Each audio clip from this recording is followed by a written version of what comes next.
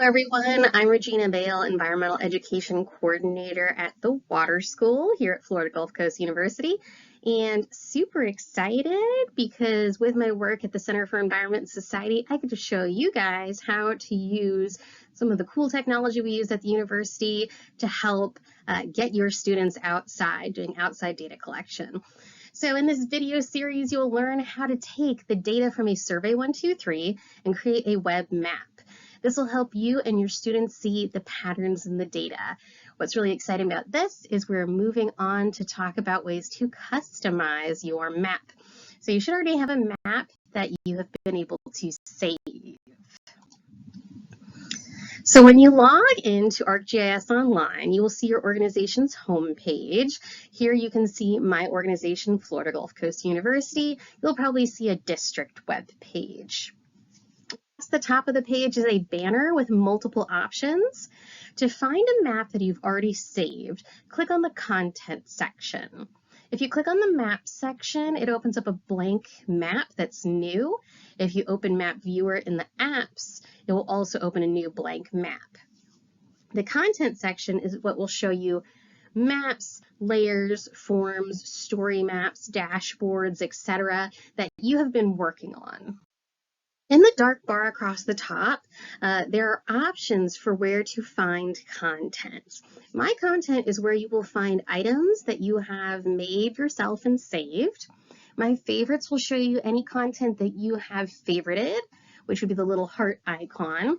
This could be work that you've made or that someone else has made. My groups will have content that is shared within your group that you're a member of. If you're new to ArcGIS Online, you may not have many groups or a group to start with, but it's a great place to get teams of folks together to collaborate on content and design things together. My organization is where you will find content that has been shared within your organization. So for you, it'd be your school district or school site. If you're looking at my profile, it's everything that's within Florida Gulf Coast University for my organization. The Living Atlas is a wonderful repository of content from across ArcGIS Online that you can use with any of the apps here in your app suite. So this video is focusing on a specific lesson and activity, but in future, checking out the Living Atlas is going to be a very good time for you. On the left side, your content can be separated into folders. I recommend clicking on the All My Content section if you have a small amount of items and you're not too sure where you may have saved, like the map that you're looking for.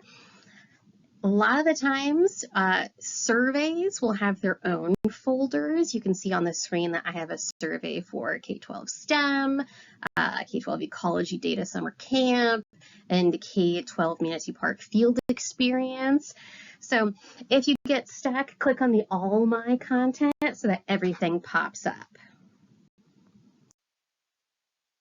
The list of items in my content starts with the title of the item. So this is the title that you put in originally for your web map, your form, featured layer, dashboard. Next is the type of item. It could be anything from feature layer, web page, web map, story map, but this will help you kind of narrow things down. So since we're looking for a web map, it can kind of, slow things up if we have all these other items there. You can also look at the item type filters at the bottom left, and you can click on maps, and then that you could find just your web maps. Icons next to the type or the level of sharing. So if you see like an individual person icon, that means that it's just your private web map. But if you see the globe, that's one of the ones that's public. So that just gives you kind of a hint of, I guess, how far you are on the process. And sometimes it helps me remember if I'm still working on it, I keep it all private until I'm ready to publish it. The last column is the date modified. This is often helpful to get back to an item that you were just working on. The web map from the previous video is like the first one on the list right now because it was the one I most recently modified. So it makes it easy to start there. For you, it might be your web map that you most recently worked on is probably the one from the last video as well. So let's click on the title of that map to begin. This screen will appear with more details about the item from my content that you clicked on the title of. If you have not added tags or a description, there won't be that much detail here. I often add more detail to the page once I'm further along in the design process of my map. So once I've started developing the symbology, the pop-ups, I'm like close to being ready to share it, that's when I add the summary, description, and all that other information. So click on the Open in Map Viewer button in the upper right corner.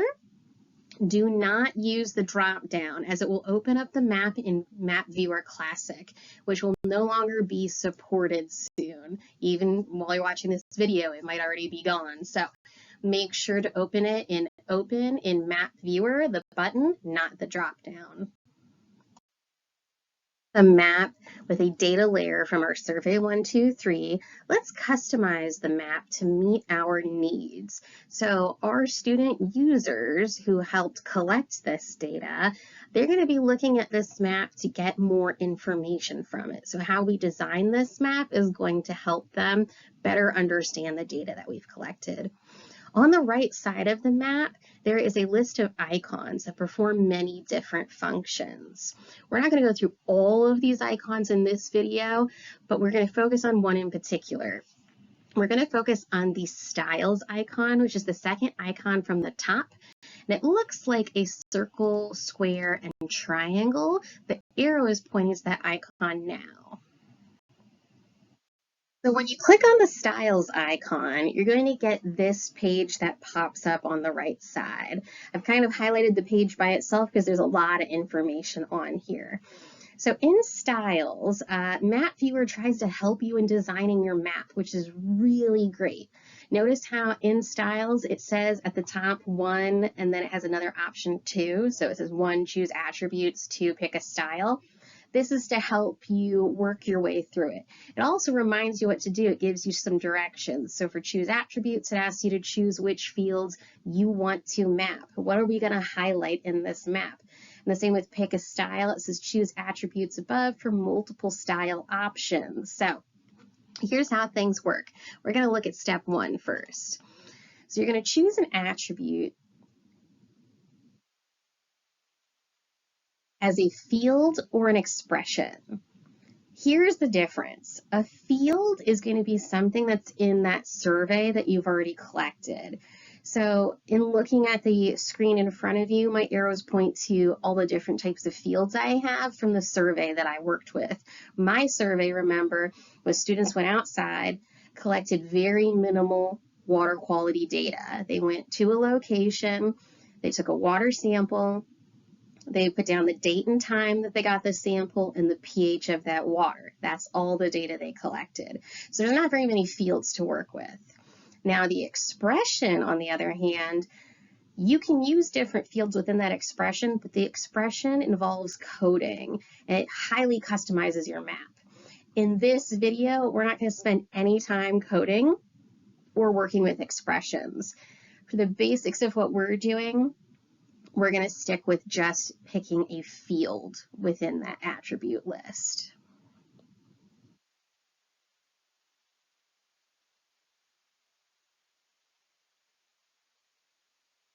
So when it comes to fields, you click on the plus fields button, you get the add fields pop-up with the list, which you can see on the right side of your screen. For all of the fields, for all these data points, there is always a field for creation date, creator, edit date, editor.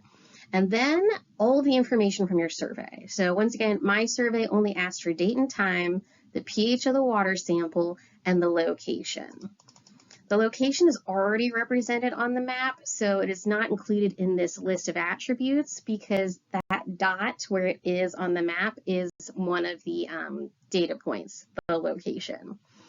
So I'm going to choose pH of the water sample as the field that I want to focus on because that's the data that I want students to be able to see the different variations of.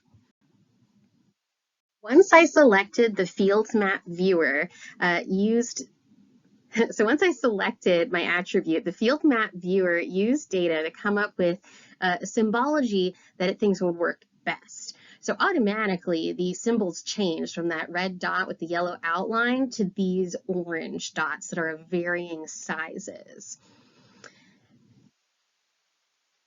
The key on the left shows the range that was determined by Map Viewer based on the data from the survey. So if you remember, I only took 3 data points and they didn't vary very much, very much.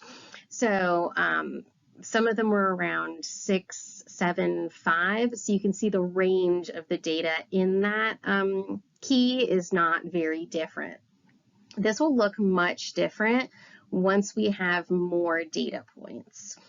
As the survey gets more data points in it and they're added to this feature layer of the map, the key will adjust as well to fit the appropriate range that's there. The theme, as you can see on the right side where it says pick a style, a theme was already selected as well, high to low. So there are different themes that you can choose from as well. But this is just kind of the immediate response from Map Viewer where it said, this is the data that you have, this is the spread, let's put it this way. It's going to be one of your best options. But you can always look for more. Other themes for this same counts and amounts style, like above or below. So instead of just doing high to low, you could emphasize data that's above a certain threshold or below a certain threshold. So it could be the average or 0 or a particular number that's important. Thinking about the fact that this is pH of like water, maybe the threshold would be somewhere around 6 or 7, or maybe it could be, the parameters of which certain living things would survive or not survive. So it really kind of depends on why I'm collecting that pH data. So each of the themes are further customizable. So you can actually see on the right side of your screen, when you click on that style options button, you get even more style options. So you could change the sizes, the range of your data, how it looks, the symbol style, the color. So there's a lot of time that you can just go through and test things out. One thing I highly recommend is that you make sure that you think about the viewer. Who is the user at the end? If your students are going to be looking at this, is this easier for them to understand than the spreadsheeted data or the graphs or the charts? Even with graphs and charts, you got to think about which one is the right one for this data set. So make sure to take your time to go through that because there are a lot of options, but you want to think of your user and the data. What's the point of this data? Why did we collect it? What are we trying to figure out? And then who's going to be the one looking at this to understand it?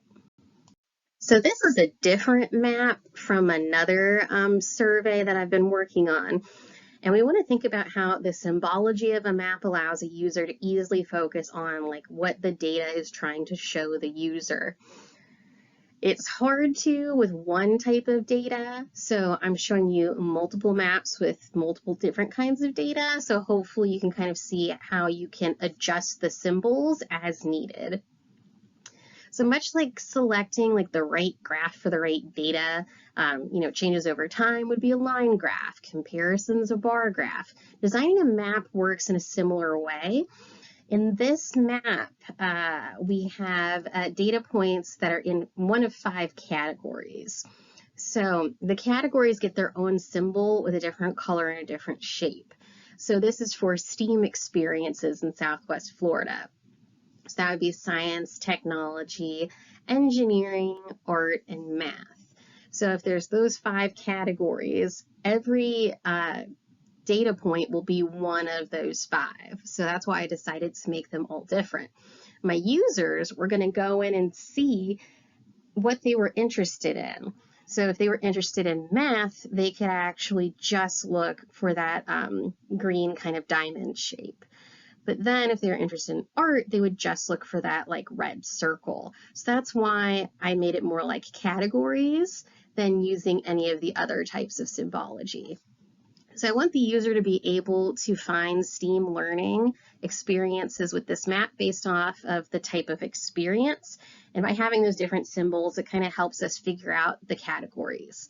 Also, in future iterations of this map, I adjusted it so you can click on different things to hide certain symbols. So if you just wanted to see art, it would only show the art symbols and everything else would disappear.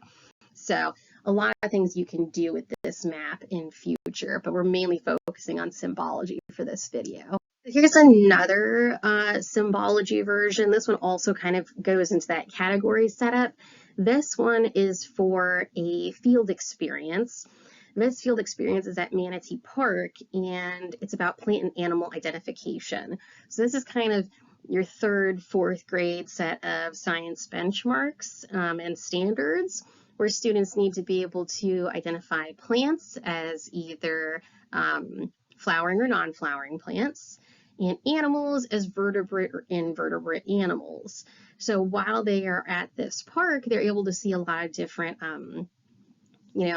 plants and animals, and hopefully test their skills on identifying them. So the symbols are broken down into those two categories. So I have an actual, pine tree as my plant, and then I have kind of the circle with a dog. It's like a pet symbol as our animal. So the symbology of the map gives the user kind of immediate understanding of some of the data, but there is much more data collected than just the location in this one point of reference, like plant or animal.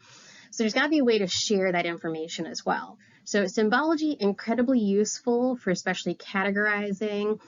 If we go back to the pH one, because it changed in size to show the number, that's also a super important use of symbology. One thing that we're going to talk about next is kind of do a preview for our next video is in the next slide. So this is what's known as a pop-up. In our next video, we're going to focus on pop-ups, but now that you have kind of an idea of maybe what symbols you're going to use and how the symbols are going to help folks better understand the information that you're collecting, if you collected a lot of different data. So for this particular survey about plants and animals, you had to collect, is it a plant or an animal? And so this one was an animal. Then you had to say if it was vertebrate or invertebrate. Then you had to put some sort of description, and you had to put in an image. So all of that is hidden in the pop-up. So if you click on an icon, because right now, if you look at the blue arrow, that's the icon we clicked on. This is the entry for that one particular data point that has all of this extra information. If you are only collecting something simple where it's just one piece of information, like the percentage of people who live in that area, you probably don't need much in the way of pop-ups because you might be able to just color code those areas. But if you're collecting a lot of different things in that one spot, you'll want a pop-up. So we're going to spend some time on this in the next video. So symbology today was a nice overview. Pop-ups will be in the next video. Make sure to play around with those symbols to find what fits best for you, but also use map viewers kind of insights of what might work best for the data that you've collected. And I hope you take a moment to look at this video and you can see the alligator at the bottom of the video in the water underneath the mangroves. So in this video, we were able to talk about the symbology of our web maps using our Survey 123 data, kind of how to pick the right symbology, but a lot of it is going to be kind of testing it out and seeing what data you've collected and who your users are and how they're going to be using this map. From that added data layer, we are going to be able to do so many more things, and the next video is going to be talking about how we can customize further with pop-ups. Don't forget, this video also mentioned how to find your map in My Content. So if you get stuck, always come back to the front of this video for where you can find your content. Until then, thanks for watching, and we'll see you next time.